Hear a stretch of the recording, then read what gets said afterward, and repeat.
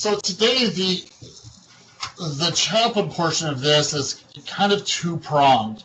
Of course, when you see the slides, you're going to see that one of the big preventive factors that the Intimate Partner Violence Assistance Program and honestly the Intimate Partner Violence Program Office and officers look to and they highlight is that they have this program that helps veterans and their partners have wonderful marriages, and it's called the Warrior to Soulmate Program.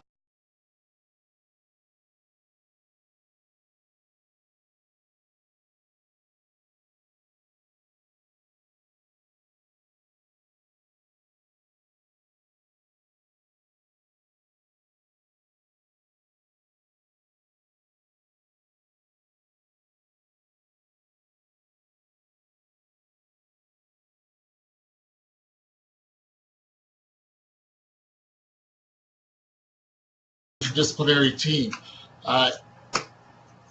That's one of the things that makes it so solid and makes it so widely accepted and happily accepted is it's not solely a chaplain program, but it is a program across disciplines that we look at, and the entire idea of it is that it's trying to make marriages better. And so when we look at intimate partner violence, one of the biggest protective factors is a healthy and strong marriage. And so it seeks to enhance and ensure a healthy and strong marriage.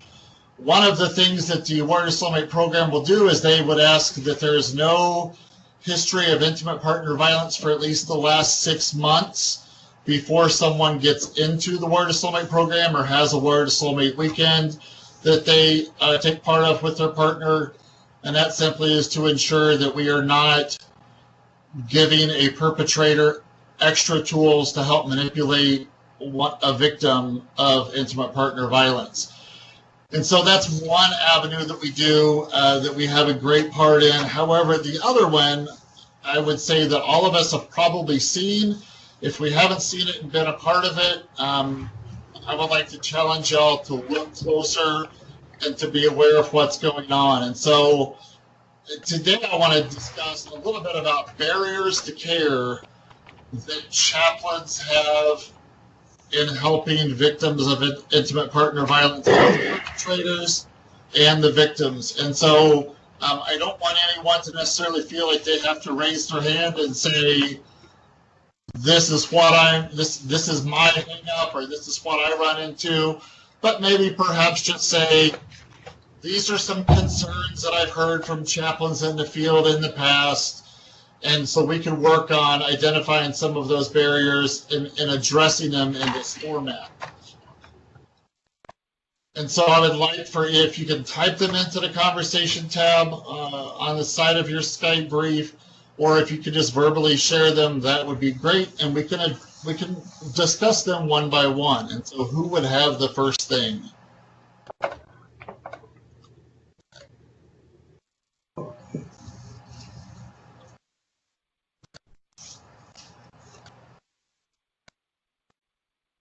So I will go with the first one then, and I will submit that something I've heard quite a bit in my life as a chaplain and as a minister has been that God hates divorce, and so I don't want to help someone become divorced, and so I don't want to help someone in an IPV situation because I don't want to be a part of someone getting divorced. And I can certainly appreciate that divorce isn't my first option that I'm going for, but I would like to submit to y'all that safety is an amazing thing. And so if you can help provide safety to a couple, that can do wonders in working in a relationship. It can also do wonders in helping someone realize that perhaps that's not the marriage they need to be in, but they need safety. And so safety can mean that one of the members of the family there, so either partner could leave and go somewhere else, live somewhere else, and get safety. If it's even if it's a simple thing like, hey, if you're living in the same home, you go sleep in a different bedroom and you lock the door. And so if someone decides they want to come in and abuse you in the middle of the night for whatever reason, that you have some semblance or some hope of safety with that. Does that make sense to everyone?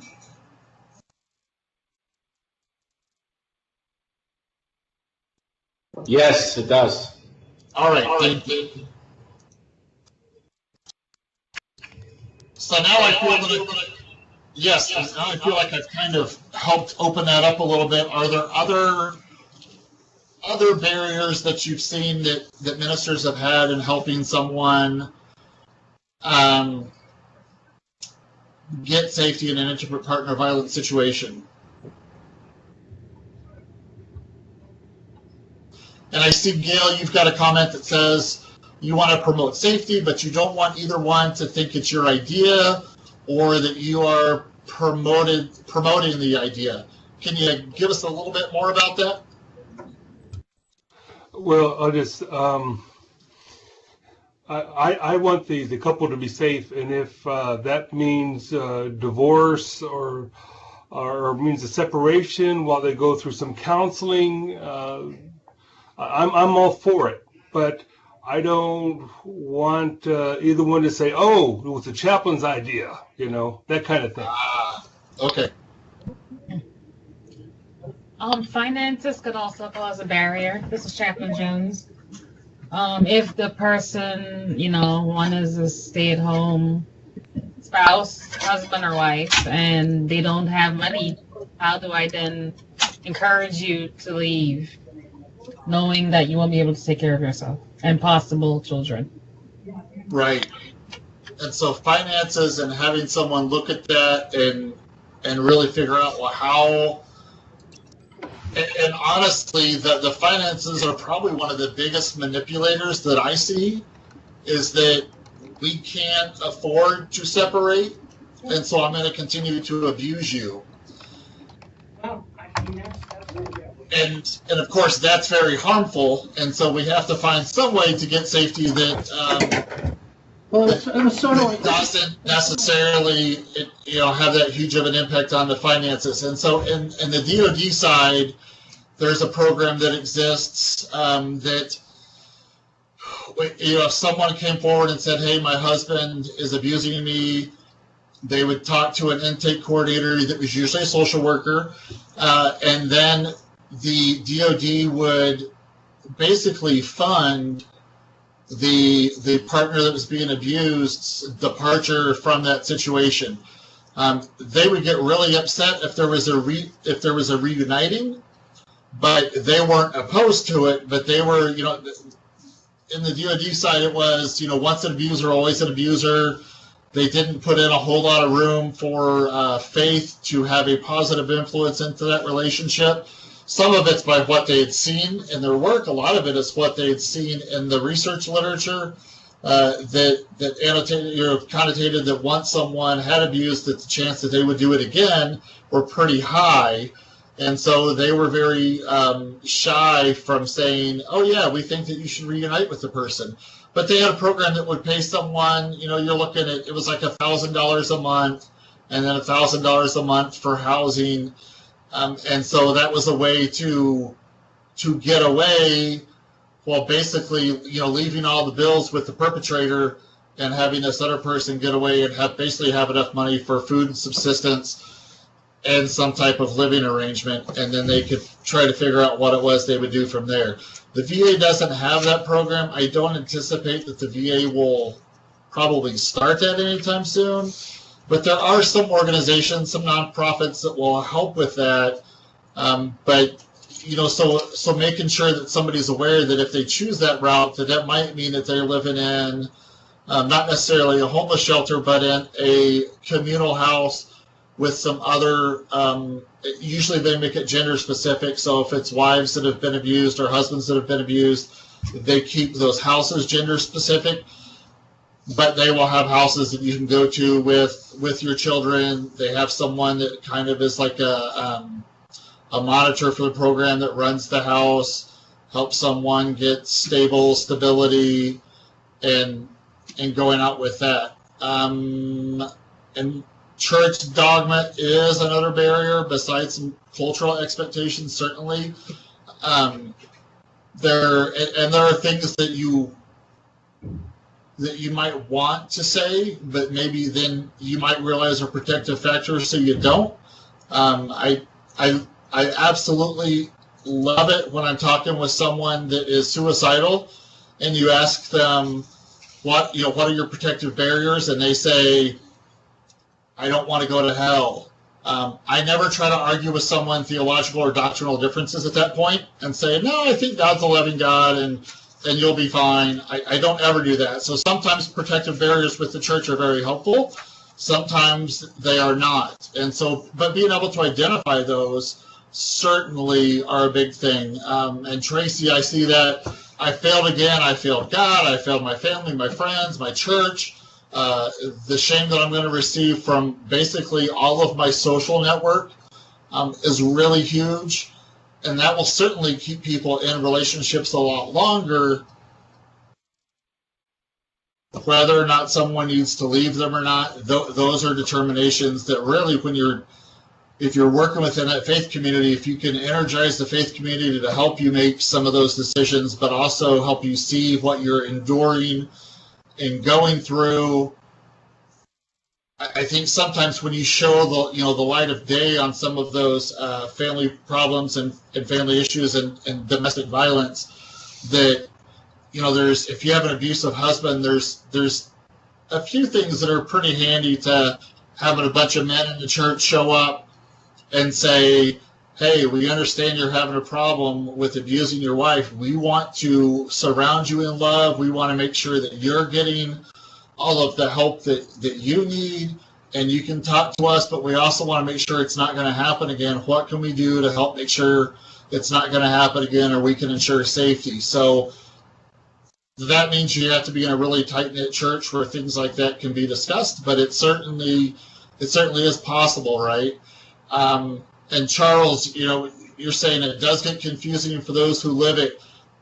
Absolutely. I don't know that I've ever talked to someone who is in the midst of abuse that has not felt probably every range of emotions that is out there.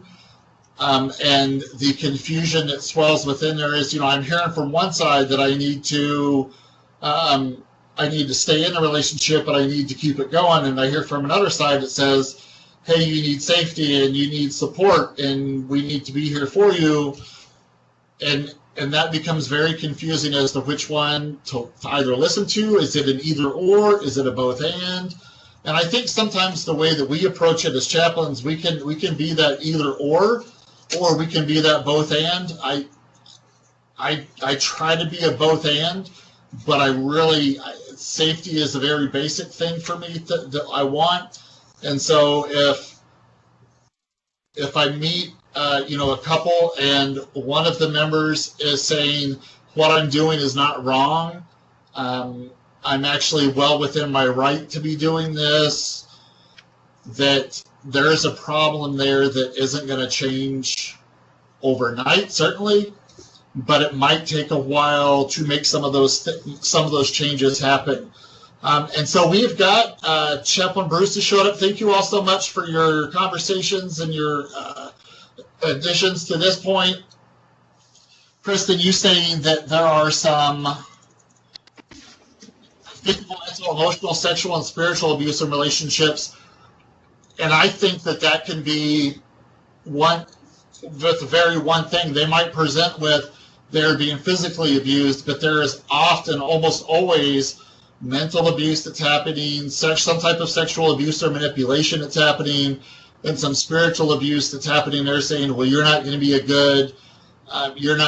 good person of faith if you try to stop this or try to get away from me. And so I think there are a lot of things. It might present as one-sided, but it is multifaceted, and there are a lot of barriers that exist in there. I want to welcome Dr. Leanne Bruce to us today. She is, of course, the National Program Manager for the Intimate Partner Violence Assistance Program. I am going to be the slide advancer for her. So as soon as we can hear her voice and she says, I am Hello. here. There you I go. am here. Thank you all very much. Thank you.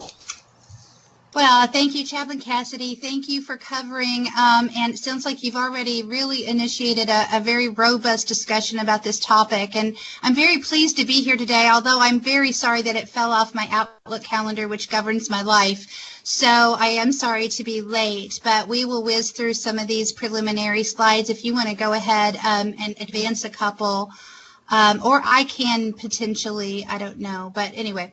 We'll just go ahead past the objectives because I know we're a little short on time at this point, and you can just keep advancing. We'll see where we want to get started. But I think I would say take your time with it. Oh, okay. I was doing the chaplain portion, and so I just kind of front loaded that. So we have time for you, absolutely.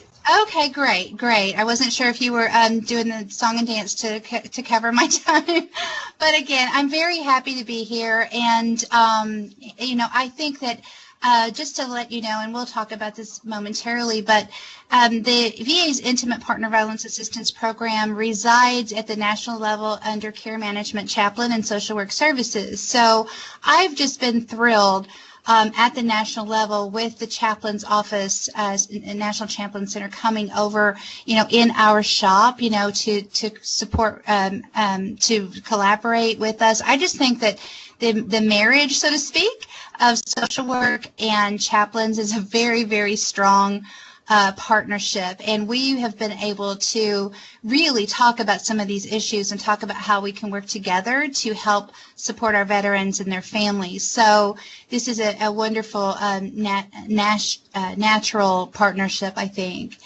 But if you want to go ahead to slide 4, I did see a lot of discussion in the chat box already, really talking about what is IPV, and IPV is many, many things. But in our our recently published directive, Directive 1198, which is our first directive, and to our knowledge, the first directive the VA has ever had that specifically addresses intimate partner violence. So we're very proud that it was published. But it's a very broad term. So when we talk about intimate partner violence for the purposes of our program and who we serve, we describe any violent behavior, which includes, but is not limited to, just as Kristen was saying, physical, sexual violence, stalking, any kind of psychological aggression, which includes coercive acts, which is, also includes the verbal and the emotional and financial restraints, and threatening the person, threatening to kill themselves, threatening partner, children and pets and others, all of those things. And we also know especially working with our veterans, that it occurs on a continuum of frequency and severity that might range from one episode where people are yelling at each other and there's some, problematic behavior and relationship stresses that outweigh their coping skills and maybe their communication skills, all the way to the kinds of behaviors that have a lasting impacts and that are chronic and severe over a period of years, and certainly can result in death. We also recognize that it occurs in heterosexual or same-sex relationships, and it really does not require that they cohabitate, be married, live together, or have sexual intimacy for a person to be considered an intimate partner. This actually, in some ways, it falls under the whole sphere of domestic violence. So domestic violence, of course, is any abuse or violence that goes on in the domestic sphere, which could include elder abuse, child abuse, child dependency, those kind of things. So all of those other kinds of issues fall under the domestic sphere, under the heading of domestic violence, and intimate partner violence certainly might fall there, but it also expands the definition outside of the domestic sphere. So it could be someone that you once dated that's not really in your life anymore, who's stalking and harassing and things like that, causing you to live in fear. So it's a defined concept and related to domestic violence, but not necessarily the same thing in many ways. If you'll advance it again, it just kind of gives us a nice little visual of that. That the physical violence, of course, that's when people say intimate partner violence, most people immediately, our minds go to the physical, the shoving, the hitting, the kicking, the beating, choking or strangling.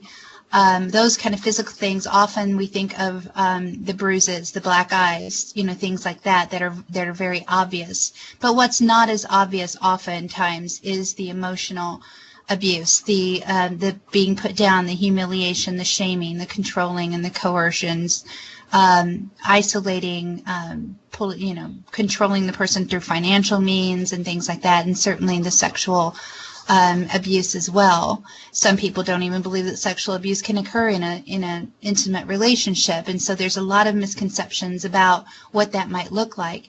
Sexual abuse also includes like reproductive coercion, either refusing to allow someone who wants a child to have the child, or to enact abuse on that person to potentially cause the person to lose the child, or forcing them to have child after child. There's things like that go on with reproductive coercion and healthcare coercion and things like that can impact a person's well-being.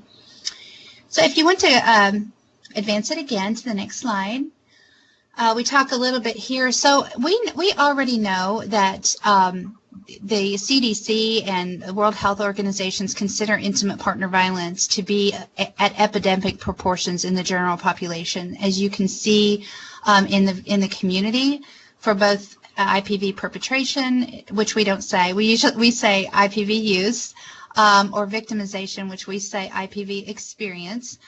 You can see that that there is, there's already a high degree of those who use or experience or report being involved in intimate partner violence. But you can see active duty shoots that way up, and then the veteran population is often as much as twice as high as the civilian population. And if you go to the next slide, we kind of have a visual of that as well. There's one more in between.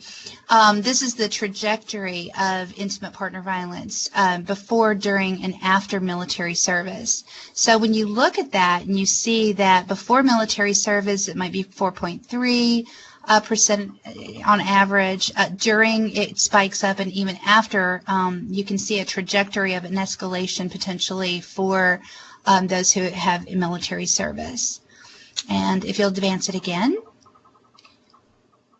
This talks a little bit about the potential for our veterans to be maybe twice as likely. And this is not meant to suggest a causal relationship in and of itself, but there are a lot of factors that are very highly prevalent in our veteran population, as you all well know, that can certainly put a greater impact of stress on relationships. Even healthy relationships and loving relationships in our military and veteran population, with what they've been through with deployments and separation and isolation and role reversal, mental health concerns, an uptick in alcohol or drug use, physical limitations and issues, traumatic brain injury, certainly the loss. And I know I'm speaking I could say preaching to the choir with regard to talking to the chaplains about moral distress. You all have really carried that banner of awareness to try to educate veterans and their partners and providers on what this is and how it affects. And I'm very interested in moral distress, moral injury, and how that affects people's relationships, because a core component of that is a loss of trust. And feeling like you can't really share things. And if that's with your intimate partner, that you feel like you've got this wedge, that certainly can affect your ability to be intimate on an emotional level with this other person. And then they feel shut out and so forth. So I know there's something there. I want to continue exploring that. Certainly some impulsivity, those kind of things. So all those kind of things, when you add that together with relationship issues, you really have a perfect storm for creating an environment in which, bad things can happen. And some of the things that happen with regard to that is people just divorce. They just say, we can't do this anymore. And there you have a broken family, you have children involved, you have, probably a lot of conflict and things that the children are seeing. You're just exacerbating more generations of these problems in that family. Certainly it can create a loss of support when you add IPV into it. Sometimes people lose their jobs. They can't function. They can't get to work. They potentially have some legal issues going on, which cause them then to have to go to court or maybe be incarcerated and lose their jobs because of that. Sometimes women veterans are fleeing, and so they end up with a loss of support, no job, homeless, jobless, poverty can ensue. Certainly it results in increased healthcare needs across our whole system. And we hear, all the time about our concern about veteran suicide, but what you don't hear as much about is when you add the element of IPV into a bad situation, you can exacerbate the risk of homicide as well. If you want to go ahead and click through, we can click through these pretty briefly. This is just another way of looking at the physical, social, and emotional facets to dig in a little bit further to all the different kinds of effects that can happen when IPV is prevalent. If you click one more time, I've got these embedded. We won't watch them now because I know it doesn't play out well in, in this format, but I do encourage you to visit our VA Pulse website. If you click back one, I just want to show you, you will have these materials, but there's the address. We have 3 very wonderful, informative videos that were produced by the field that I do encourage you, if you have 3 minutes, they're all 3 minutes each, to go to our VA Pulse site. There's tons of resources on there, but the videos are on there as well. So that's something that you can look at your leisure. So if you want to go ahead 2 more slides. Thank you. So we were talking a little bit about the comorbidity, and I think it's really important to think about when it comes to thinking about IPV and suicide, we know how deeply related the two of those are. When people have suicidal tendencies or ideation, they feel like there isn't anything left to live for, and they are contemplating that. And when they're in an intimate relationship and that relationship is going badly and they don't have that person to turn to, that can certainly exacerbate their feelings of hopelessness and can increase their likelihood of suicide.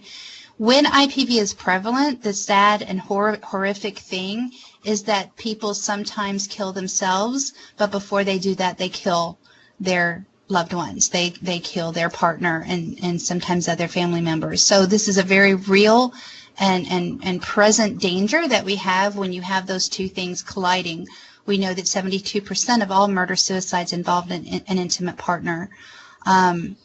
And that 1 in 4 women and 1 in 7 men have been victims of severe physical violence by an intimate partner. We know this is not just a women's issue. This is a people issue. This affects everyone in some ways. If it hasn't happened, it's so prevalent, then we usually know somebody in our close circle who it has happened to. But I want to mention when it comes to thinking about the relationship factor and suicide that we also know that protecting and preserving healthy, good, strong relationships are one of the most strong protective factors against depression, anxiety. It helps people cope with PTSD. It helps them overcome moral injury. Having that other person that's close in your life that you can open up to is such a important factor. So here in our program, in the Intimate Partner Violence Assistance Program, while we are very concerned about making sure that we're educating and reaching out to those who are experiencing intimate partner violence, that we're reaching out to those who are using intimate partner violence to help both in recovery, our goal is for them to be able to have healthy, mutually respectful and beneficial and protective relationships. They all seem to want that for the most part and not really know how to get there. But that is such an important factor for us to be in that prevention space and also in the space of partnering to help preserve those relationships. That's one of the reasons that we value our partnership with the chaplains and the Warrior to Soulmate program. It is one that we recognize as being absolutely effective in that space of bringing couples who might be having some low-level communication and issues and conflicts, just day-to-day life kind of issues that is driving that wedge.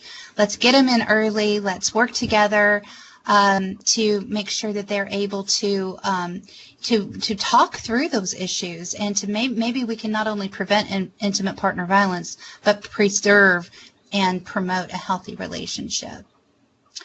And if you'll go to the next slide, just talking a little bit more about comorbidity.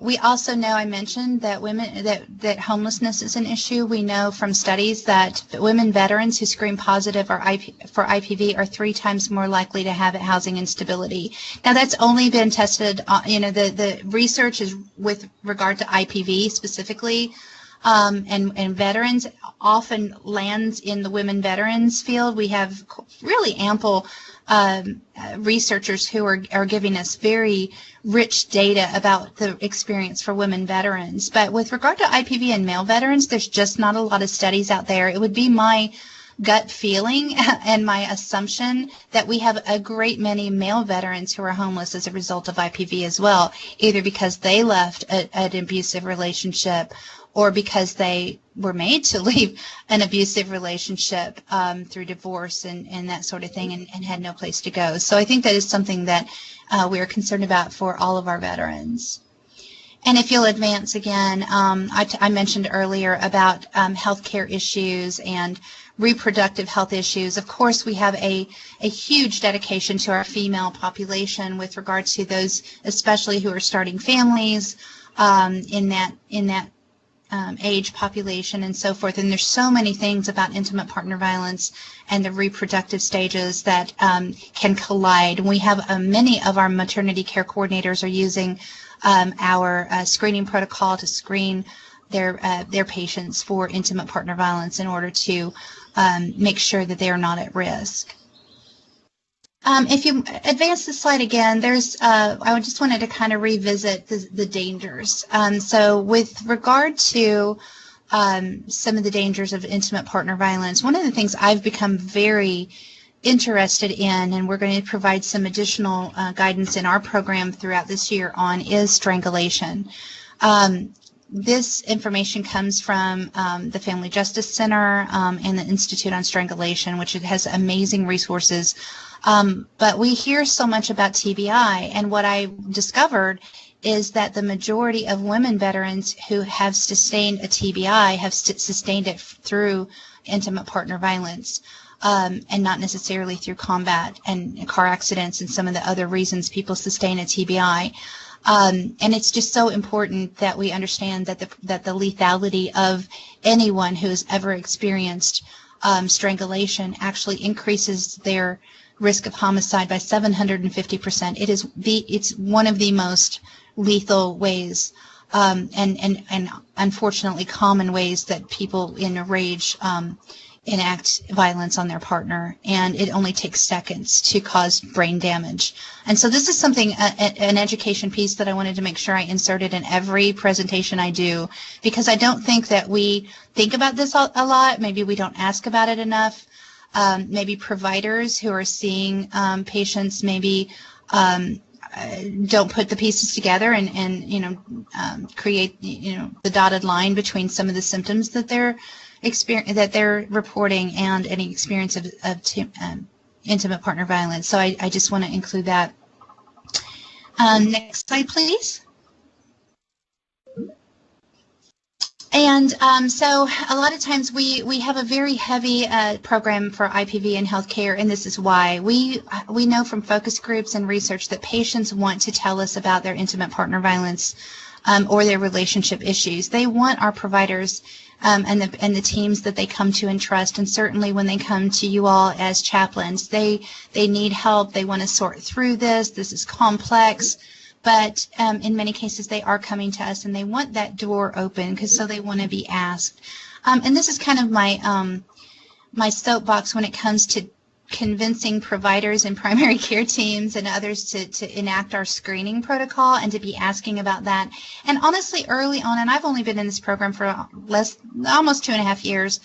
Even early on, 2.5 years ago, I heard providers say this isn't our business, that's a private issue, or I don't have time to ask, or things like that. I am not hearing that as much anymore. I think that we all are working together to change the paradigm toward that whole health model, so that people trust us and can come to us with things like this, because it does affect their health care in a very chronic and in some cases dangerous way. So we really are changing the tide. And if you go to the next slide, our friends at Futures Without Violence have shared with us that women, and again, a lot of the research is on women, who talk to their healthcare provider about their IPV were 4 times more likely to use an intervention and 2.6 times more likely to exit an abusive relationship. So we know what we're doing matters. If you'll go ahead and advance a couple of slides to the brief timeline, just to let you all know, kind of backtrack. So I've explained why this is important, and I don't think I have to convince you all. I know you all know this is important, and I want to see us have a really no wrong door approach that we in the VA system, through primary care, women's health, specialty care, chaplain services, suicide prevention, MST, IPV, all of us really are working together with a knowledge base that says anywhere a veteran comes and feels comfortable reporting this, we know how we can all work together to get them the help that they need. But this really started out about 5 years ago, technically, is when we launched in January. Through a lot of efforts through DOD and VA, task force were created. And in May 2012, a task force was created by the Secretary then to look at intimate partner violence and domestic violence issues, and to come up with a plan like how is this a problem? To what extent is it a problem? How can we address it? And in December 2013, that task force published the VHA Plan for Implementation, which launched our program in January of 2014. So we really just celebrated our 5th anniversary in January luckily with the publication of our directive 1198. But we immediately started with educational calls, reaching out into the communities, finding out what the best practices were out there in the community, in the VAs that were working in this space, gathering that information together, launching 6 pilot sites, and so forth. And so, as I mentioned, I came on board in January of 2017, and and it seems like only yesterday, to be honest. This has been like hanging on to a rapidly moving train at this point, because we really have been growing by leaps and bounds and expanding. We were very fortunate. We started out as a non-mandated, unfunded program that just kind of grew by grassroots from those 6 pilot sites, and beyond that immediately to sites that knew this was an issue and started designating people to be the coordinators and the points of contact at their sites to implement what they could. And so we received funding from Congress in April of 2018. We are continuing to be funded, we are told, into 2020 as part of the VHA budget. So we're really pleased with that. That helps us to support the sites in having their intimate partner violence coordinators. And then, of course, our directive was published. And yes, drinking coffee with your IPV coordinator is very helpful. Thank you, Chaplain Cassidy. If you go ahead, we'll really breeze through our mission. I mean, our vision and mission is to enact a very comprehensive, integrated program. Again, I don't want our coordinators sitting in some office behind a desk somewhere. We need to be out there in the communities, across the whole medical center, pulling people together and finding the right ways to implement and integrate the IPV programming across everywhere. If you advance it again, you have a little synopsis of our policy. The policy does state that every VHA medical facility is to implement and maintain an intimate partner violence assistance program. And the key to that is that there has to be a designated intimate partner violence coordinator. We want that to be a full-time position, and over 60 or 70% of sites now do have a full-time intimate partner violence coordinator who's tasked with doing all the different pieces of that. And if you go to the next slide, that gives you our blueprint. This came from the 14 recommendations from the original plan for implementation, and although they've morphed a bit as we've learned over time what works and doesn't work, we really stay true to the intention of the 14 recommendations to make sure that we're not only serving those who experience intimate partner violence and screening and identifying those who might be at risk, we're also reaching out to those who use intimate partner violence, male and female, who are engaging in some forms of intimate partner violence that's affecting their relationships, And we're there to help them with evidence-based treatment for them as well in a very non-judgmental, person-centered way. If you go to the next slide, that's our guiding principles. And I've used a lot of this language. As you can tell, we use person-first language. We don't want to stigmatize the people we want to come to us. We want to make sure, so we talk about veterans who use intimate partner violence or veterans who experience intimate partner violence. And the vast majority of couples who come to us, or even individuals, it appears that they really just have needs. You know, there's some bi-directional stuff going on. People are calling each other names and yelling at each other, maybe threatening each other. Hopefully long before the physical violence starts, those kind of conflicts start eroding the relationship amongst people who love each other and really want to make this work and stay together. But through all of the stresses and all of the other things we saw on the other slide that are prevalent in the veteran community, it really affects the relationship. So we want to make sure we treat all of our veterans with dignity and respect, no matter what the story, no matter what their involvement, and that we want to help them in a recovery-oriented way to achieve the ability to have healthy relationships. We do all of this through a trauma-informed lens to make sure that we're not re-traumatizing anyone and make sure that our environments really cultivate that sense of safety and security. We can go ahead, and I know that I have a lot of slides. I believe we're running out of time a little bit, but you all will have these. Trauma-informed care and approaches are really a soapbox for me. And so we go really into some detail in the next few slides. And if you want to just click through those slowly, we talk about what trauma-informed care is. It's not just about us clinicians, we clinicians on my end. I'm a social worker by training. I thought coming into this really that I knew what trauma-informed care is, but the more I have researched it myself, the more I realized that it's more comprehensive than just knowing that how trauma affects an individual. It affects how that individual interacts with our environment. And, we put a lot of thought into how we screen, the words we use, the language we use, what things look like, where people are screened, to make sure that they have autonomy. And if you'll click to the next couple of slides, just trauma-informed care really helps to make sure that we are supporting the person's emotional, psychological, and physical safety. It could be where they stand when they check in, that they're not asked personal questions in front of people. All these kind of principles that we're used to in the VA. To be honest, we have a very trauma-informed environment for the most part. But a lot of things that we do, really try to enhance that trauma-informed care approach. And the next few slides, this is way too much in the weeds, I think, for you all, but you can certainly talk, if you want more information about how we employ trauma-informed care to the screening and documentation process. Some of the things that we want to make sure that we focus on is the environment, the transparency, really talking to people about their confidentiality and getting consent to screen and talk about this. There are a few states still left that have mandatory reporting for IPV, but most states do not. But we want to make sure they're aware before they start talking to us what we have to report and what we don't have to report.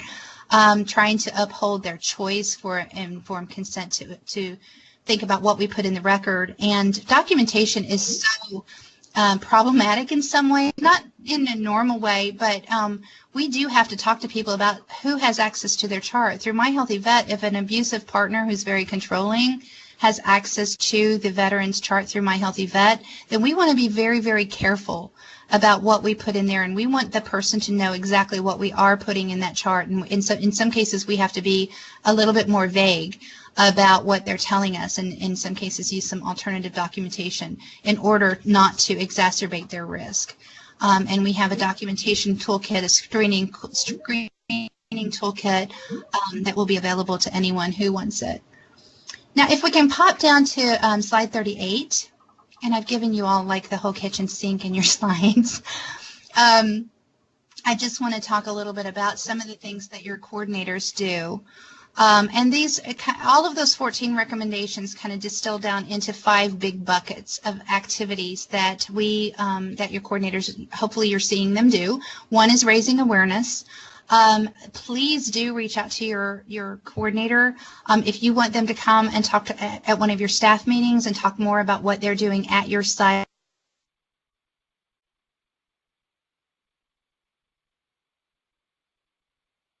Encourage the coordinators to do is to pull together their own internal task force or stakeholder group.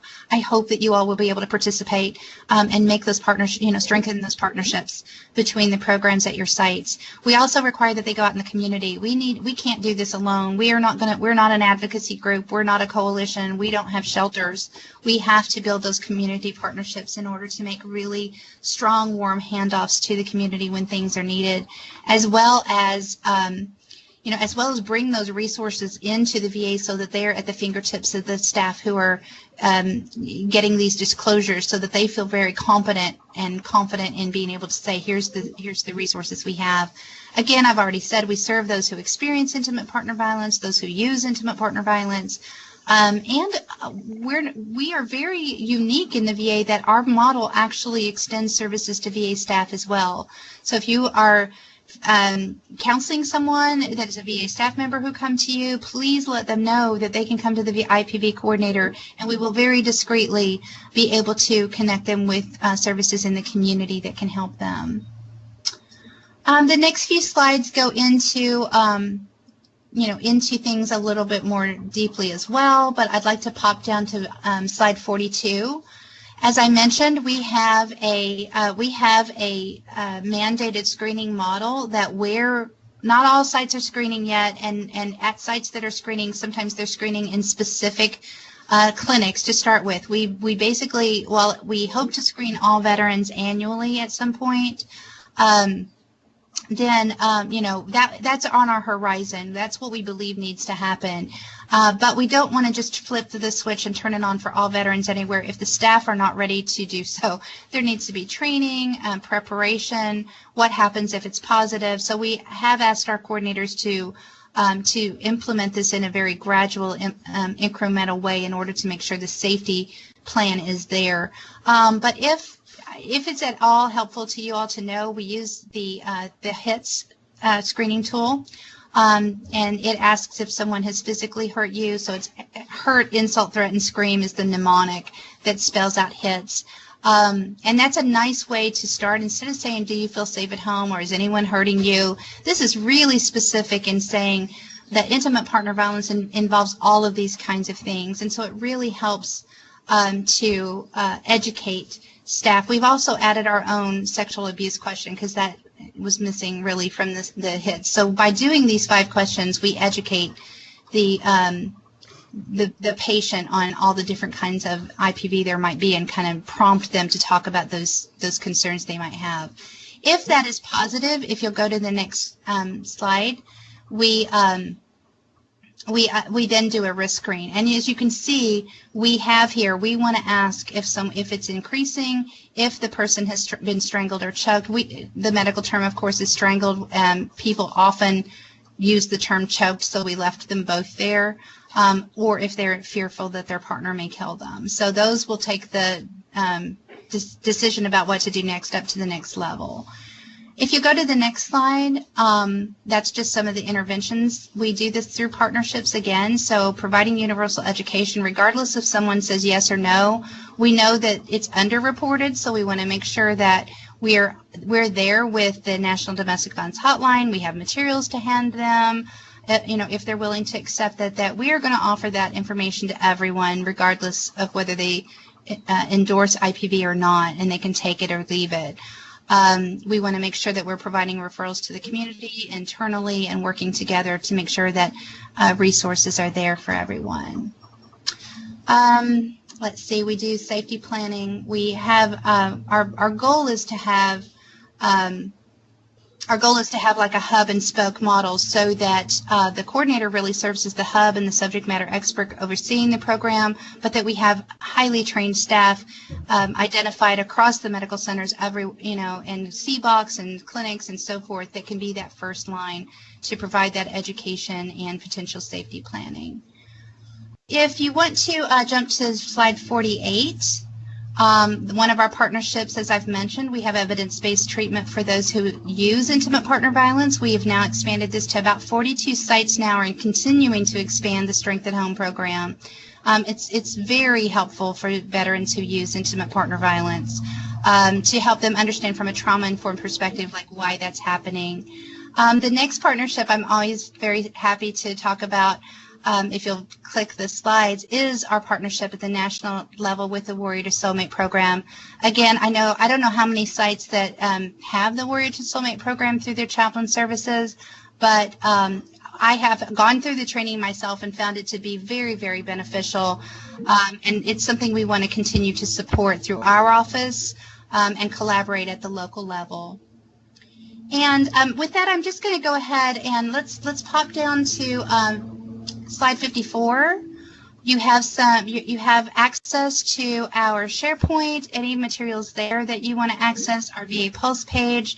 We have a public-facing website that can be shared with veterans and their partners or community providers. It's actually under construction right now, so it doesn't look too great at the moment, but in the next few months we're going to be adding a lot of interactivity and resources.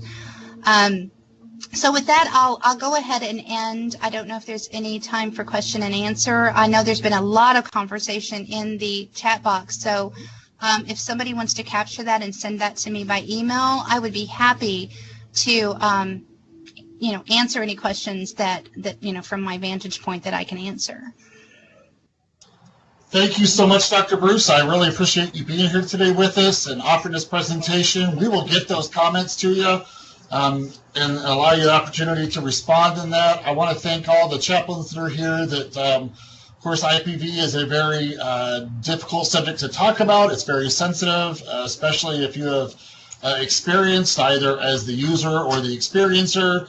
It hits really close to home, and I think a lot of the topics that we're discussing here in the orientation course do, but notice that especially today it might kick up some feelings in you, and so I would like to encourage you that if you have that happen, reach out to a fellow chaplain, to a fellow ID team member, discuss those concerns, thought processes you have, and I would certainly like to encourage you all to continue this conversation with your mentors. And in your mentor group, that this is certainly something that we as chaplain service nationally can do better at, we want to do better at, and we want to help our veterans that are experiencing this, again, either as users or experiencers, to make some really great decisions that are going to have some positive life impact. And so thank you all very much today.